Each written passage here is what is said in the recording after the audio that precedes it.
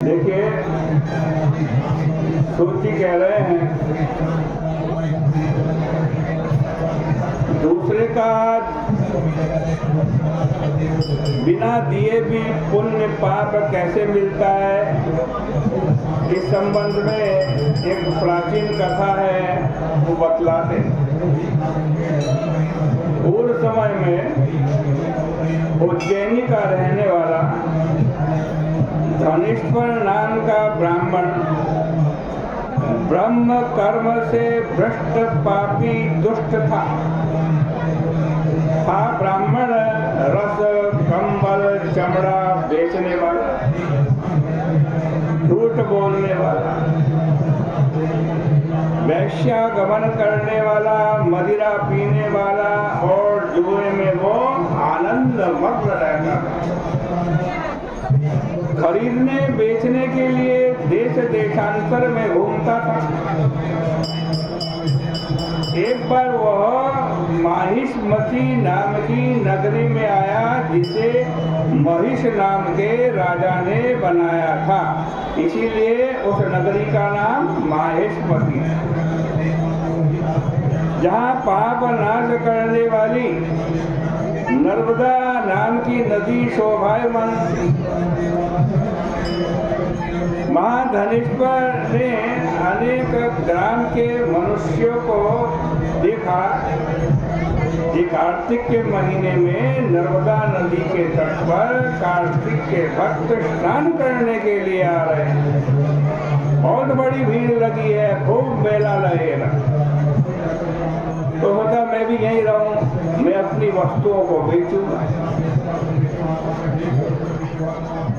नर्मदा नदी के तट में बेचने के वास्ते वो कार्तिक के महीने में घूमता रहा। वहां पर लोग जप कर रहे थे, देव पूजन कर रहे थे।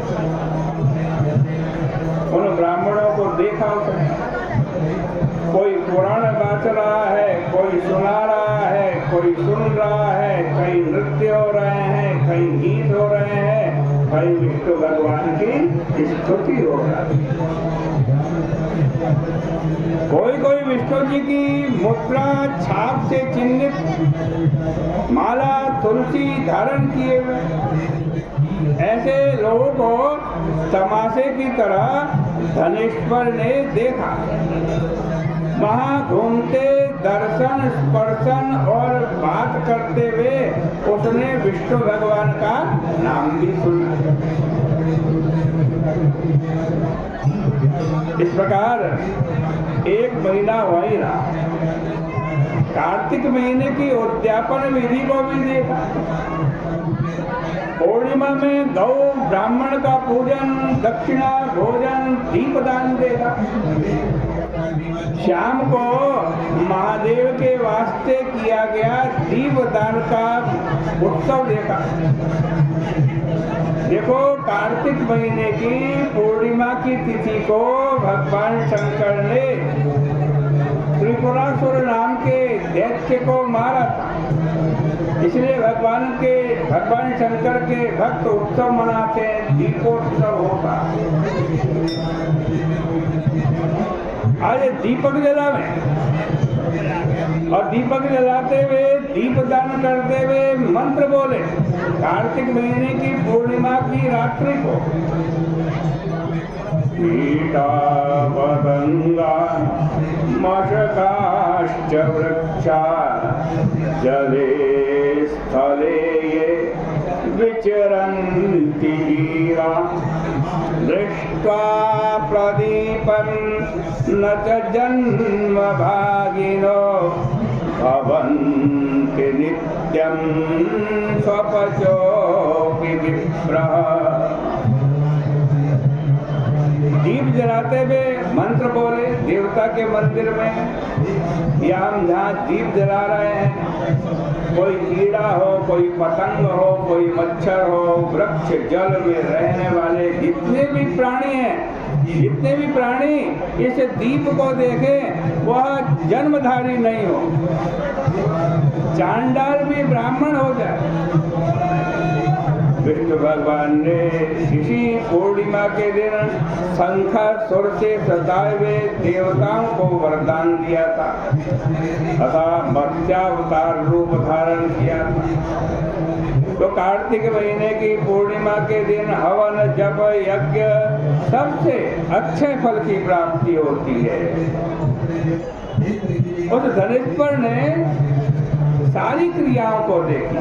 और देखो एक बात ध्यान रखना, उस पुरुष की सारी क्रियाएं जो पुण्य के लिए की जाती हैं वो नष्ट हो जाती हैं। जो विष्णु भगवान और शिव में अंतर समझता है,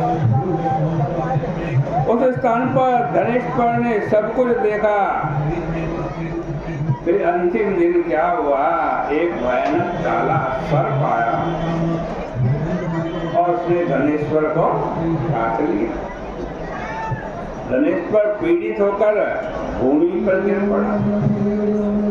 वहां के जो निवासी थे वो दया करके वहां आए, धनेश्वर के मुख में नर्मदा का जल और तुलसी का पत्ता डाला, उसके कान में भगवान का नाम सुनाया। धनेश्वर का देहांत हो गया। यमराज के दूतों ने अपने जाल में धनेश्वर को बांध लिया और यमलोक ले गए। बहुत कोप करते हुए चित्रगुप्त ने उसको धमका करके यमराज से कहा, महाराज इसने बचपन से ही पाप किए। यमराज भी क्रोध में आकर अपने दूतों से बोला, इसको मुद्गरों से पीटो, हमारे पास मत लाओ, बल्कि शीघ्र ही कुंभी पाक नाम के नरक में पहुंचा दो। सूत जी बोले, उसको मुद्गरों से पीटा गया।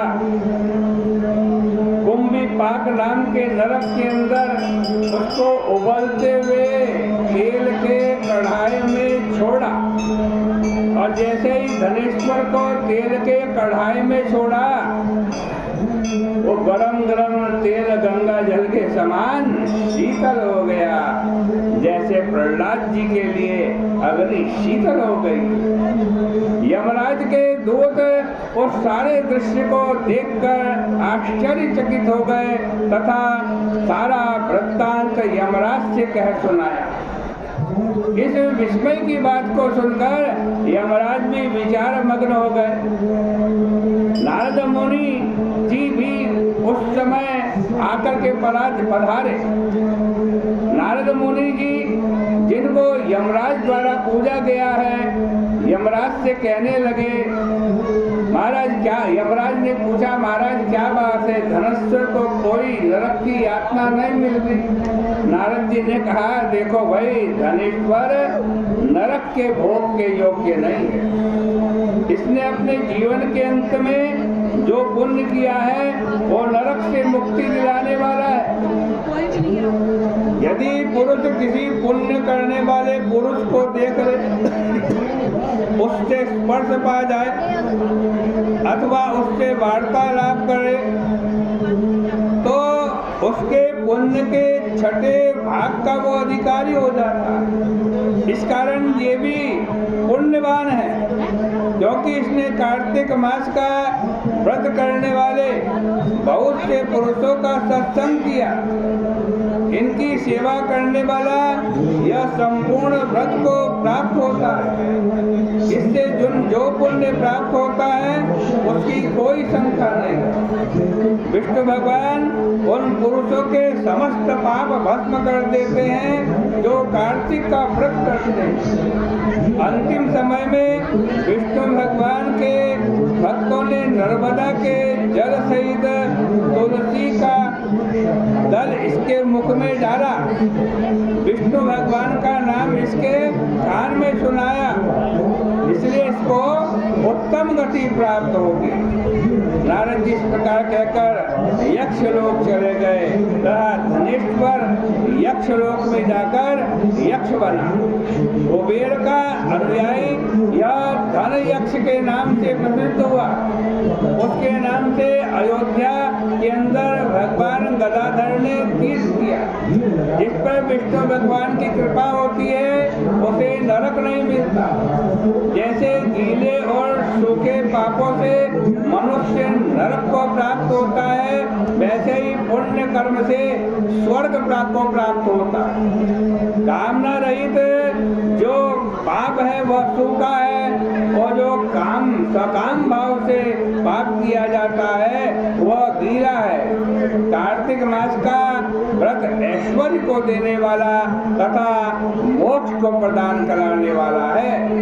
इस व्रत को देखने मात्र से बहुत से जन्मों के एकत्रित पापों का विनाश हो जाता है।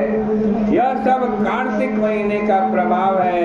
इस प्रकार से श्री पद्म पुराणे कार्तिक महात्म्य परकृत पाप फलवाप्ति कथन पूर्वक धनेश्वरोपाख्यानाम नाम 35 ये 35वें अध्याय की कथा भगवान के श्री चरणों में समर्पित करते हैं।